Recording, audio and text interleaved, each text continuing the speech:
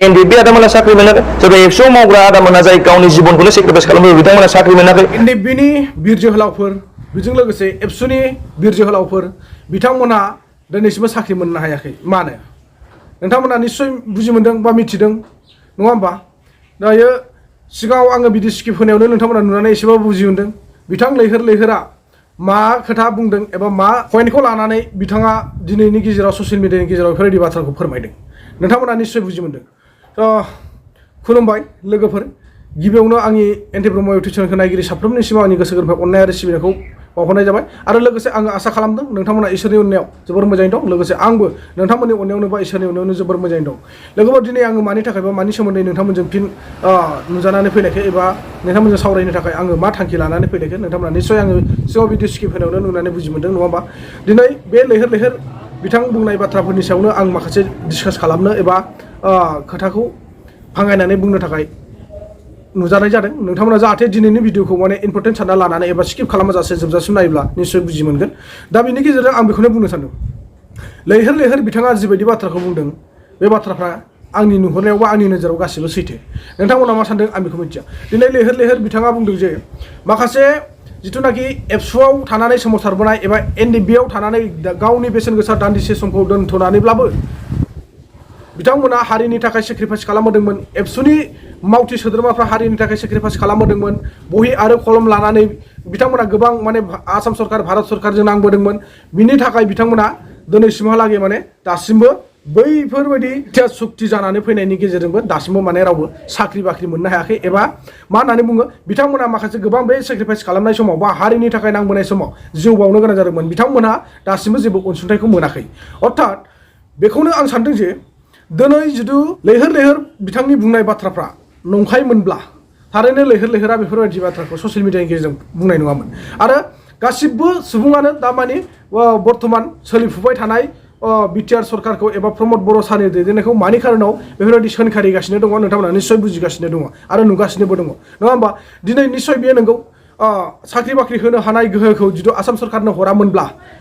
दिनैनि दिनाव गोबां जोंहा एक्स एनडिबिनि माखासे सोद्रोमाफोर एबा एबसुआव थानानै सोमावसारबोनाय सुबुंफोर बिथांमोना दिनै साख्रि बाख्रिखौ मोनसिगोन आरो जायफोरहा जिउ बावनानै थांदोंमोन बा थैनानै थांबाय बिथांमोननि न'खराव मोनसे नङा मोनसे अनसुंथाइखौ मोननांसिगौमोन दिनै जुदि मोननायमोनब्ला बिथांमोना गासिबो दासिमबो आरो ससियेल मिडियानि गेजेरजों बेफोरबायदि होस्रिखाव माने गावनि बेसेन गोसा समखौ दोनथ'नानै ससियेल मिडियायाव नुजा बाथ्रा बायदिसिना बुंबाय थानो जेबो गोनांथि गैयामोन दा बिनि गेजेरजों आरो माखासे खोथा बुंबावदों लैहोर लैहोर बिथाङा दिनैनि दिनाव मा होननानै बुङो जोंनि एरियायाव बिटिआरआव एबा बिटिसि ओनसोलाव जि कन्ट्रेक्टर ठिकादार बायदिसिना दङ बेफोर गासिबो गुबुन हारिनि आखायावसो गोलैगासिनो दङ बेबो बिटिसि हालामाव थाखानाय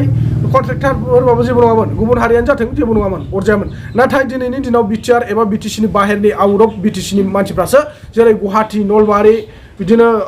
गोबां गोजाननि मानसिफ्रासो बिटिसि ओनसोलाव खामानि दामानिखौ हेन्डेल खालामगासिनो दं एबा सालायगासिनो दं आरो बेनि गेजेरजोंबो मा दिनै लैहोर लैहोर बिथाङा बुंदों माखासे खोथाखौ आरोबाव बिथांमोनहा गोजाननि कन्ट्रेक्टर बायदिसिनाया खामानिखौ लानानै हेन्डेल खालामनानै मावबाय बेनि गेजेरजोंबो मा होननानै बुंदों लेबार सेबारफ्राबो बाहेरनिफ्रायनो फैनानै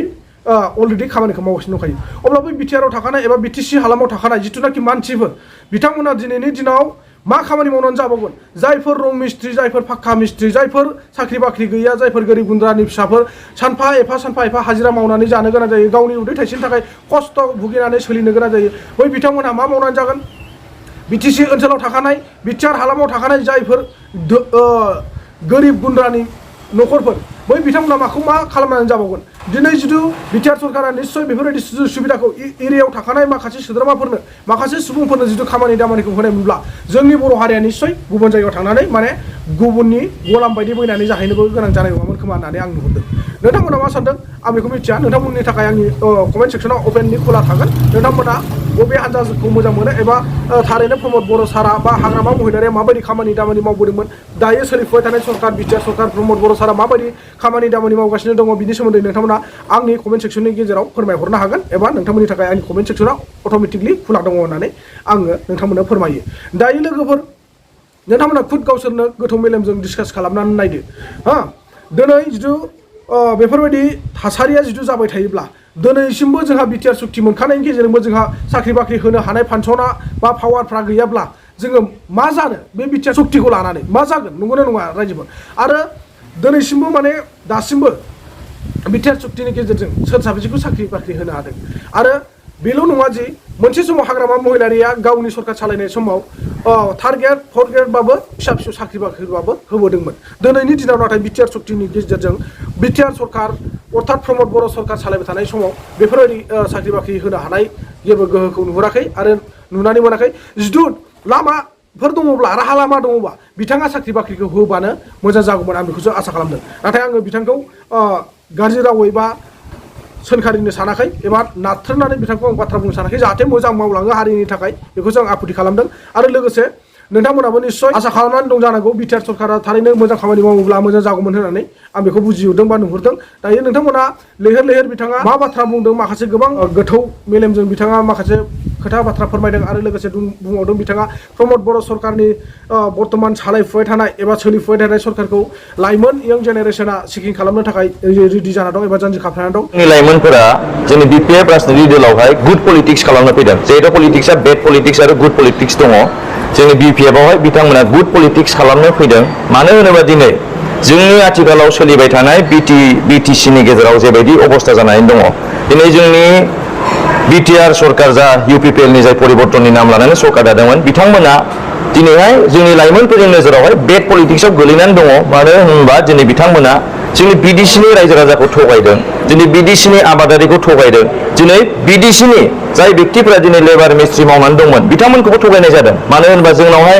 माबा मोनसे दालां बनायब्लाबो गुबुन बायह्रानिफ्रायसो फैनानै मावफैयो सोरबा बिलासिपारानि सोरबा गुवाहाटीनिफ्राय फैनानै मावफैयो आरो बिथांमोना बै जायगानिफ्रायनो लेबारखौबो लानानै फैखायो दा बेनिखायनो दिनै जोंनि लेबाराबो सोरबा रं मिस्ट्रि फुंजाबाबो बिथाङा दिनैहाय खस्थ' सोलिनानै दङ दिनै सोरबा हेड मिस्ट्रिबाबो राज मिस्ट्रिबाबो सोरबा लेबारबाबो दिनै बिटिसिआवहाय खामानि मोननो गोब्राब जानानै दङ दा बेफोरखौ जों लाइमोनफोरा स्टाडि खालामदों जे प्रमद बर'नि दैदेननाय इउपिपिएल सरकारा जोंनि बिटिसिखौ माबोरै जेबायदि आरोबाव बांसिनसो पावारफुल बानायनांगौमोन हाग्रामा महिलारि सारा जेबायदि सालायबोदों बिनिफ्रायसो बांसिन पावारफुल बानायनांगौमोन मानो होनबा जोंना आरोबाव एकर्ड जादों बिडिसि एकर्ड दा बेखौ नुनानै जों लाइमोनफोरा मोनसे डिसिसन लादों जे सोलिबाय थानाय इउपिपिएलआव जों थाङालासिनो सरकार गैयै बिपिएफ राजनिति दलावहाय जोङो गुड पलिटिक्स खालामनो थाखाय जोङो हाग्रामा महिलारि सारजोंहाय लोगो नांना बे बिडिसिखौ आरोबाव मारै साबसिन खालामनो हायो बेयाव हेफाजाब होनो थाखाय दिनै बिथांमोना फैबाय थानाय समाव निस्सय जों लाइमोनफोरखौ लानानै बिपिएफ हान्जाया गोख्रों जागोन आरो जों अलरेडि गोख्रों जाखाबाय मानो होनोबा दिनै जों लाइमोनफोरा थियारि खालामगासिनो दङ जों रेडि जागासिनो दङ जे प्रमद बर' बिथांनि जे सालायनाय सरकार बिथाङा जे जोंनि रायजो राजाखौ थगायदों बिथाङा जे जोंनि रायजो राजानि डेभेलपमेन्टनि थाखाय जेबो मावाखै बिथाङा जे जोंनि हारिनि थाखाय जेबो मावाखै बिथाङा जे जोंनि जाय बिर जोहोलाव आदामोन दङ जाय बिर जोहोलाव बिथांमोना दिनै गाव गावनि जिबनखौ दसे दोनथ'नानैहाय हारिनि जौगानायनि थाखाय बा हारिनि मोजांनि थाखाय बिथांमोना हाग्रायाव थांनानै संग्राम खालामहैदोंमोन बिथांमोनखौ थगायदों आरो जाय व्यक्ति दिनै मार्टियार जानानै थांबाय बिथांमोननो दासिमबो मोनसेबो साख्रि होनो हायाखै बिथांमोना सेन्ट्रेल सिलेक्सन बर्डखौ नाङा होननानै हरदोंमोन आसाम गभर्नमेन्टनो दा दिनैहाय सेन्ट्रेल सिलेक्सन बर्ड गैयिनि थाखाय दिनै एनडिएफबि आदामोना साख्रि मोनाखै सोरबा एबसुआव मावग्रा आदामोना जाय गावनि जिबनखौनो सेक्रिफाइस खालामो बिथांमोना साख्रि मोनाखै बेजों लोगोसे दिनै जोंहा 16टा डिपार्टमेन्टखौ हरदों आसाम सरकारनि 16टा डिपार्टमेन्टखौ जिहेतु हरफिनदों बिनि उनावहाय जोंहा सर्स गैयै जादों जोंनि बिडिसिनि रायजो राजाया फैसा गैया खस्थ' मोनगासिनो दं मानो होनबा जोंनाव डिपार्टमेन्ट गैया फैसा जे जोंनाव सर्सआ जे फैनांगौ बे डिपार्टमेन्टनि थ्रुयै जोंहा कालेक्शन जानानै सर्स फैयोमोन दा दिनै सर्स गैयिनि थाखाय दिनै ओरैनो रायजो राजाया खस्थ' मोनगासिनो दं दा बे गथै गासिबखौबो लानानैहाय जोंहा दिनै प्रमद बर' बिथांनाव हिसाब लानो थाखाय जों लाइमोनफोरा जानजि खाफ्रागासिनो दङ आरो आंनि बुजिनायावहाय दिनै जोंल' नङा आरो हाजार लाइमोन जाय बिथांमोना दिनैहाय पलिटिक्सआव ओंखारनो हायाखैबाबो जाय बिथांमोना फरायगासिनो दं बा गुबुन जायगायाव बा गावनि न'खरखौ सालायनो थाखाय माबा मोनसे खामानियाव एंगेज जानानै दङ बिथांमोनाबो जोंजों लोगो जानानैहाय थाथ'आलासिनो बा दिनै मेङालासिनो प्रमद बर'नि सालायनाय इउपिपिएल सरकारखौ हिसाब लानो थाखाय जों थियारि जागासिनो दङ बिपिएफ हिसाबैहाय जों क'क्राझार समस्ति आरो दिनै जोंहा दरं उदालगुरि समस्तियावहाय जोंहा फार्स्ट पजिशनाव दङ मानो होनोबा दिनै जोंना हाग्रामा महिलारि सारनि दैदेननाया जेबायदि मोजां खामानि मावबोदोंमोन बेखौ निस्सय जोंनि रायजो राजाया बावाखै जेबायदि जोंनि इउनिभार्सिटि लुनानै होदों साराहाय मेडिकेल कलेज लाबोना होदों दिनैहाय जोंना उदालगुरियावहाय इन्जिनियारिं कलेज जानो थांगासिनो दङ इउनिभार्सिटिनि केम्पास जानो थांगासिनो दङ बे सारनि जे कन्ट्रिबिउसन होबोनाय बेखौ निस्सय जोंनि फरायसाफ्रा बावाखै जोंनि लाइमोनफोरा बावाखै नंखायनो हाग्रामा महिलारि सारा जोंनो 17 बोसोराव जिखिनि होदों जों आरोबाव एबार हाग्रामा महिलारि सारनो होफिननो थाखाय थियारि जागासिनो दं आरो बे एकमात्र उपायल' BPF राजनितिक दलखौ सापर्ट खालामनानै बा भट होनानै जोङो जयजुक्त खालामनानै मोननैबो एमपि सिटआव देरहानायनि जोंहा टारगेटआव दङ।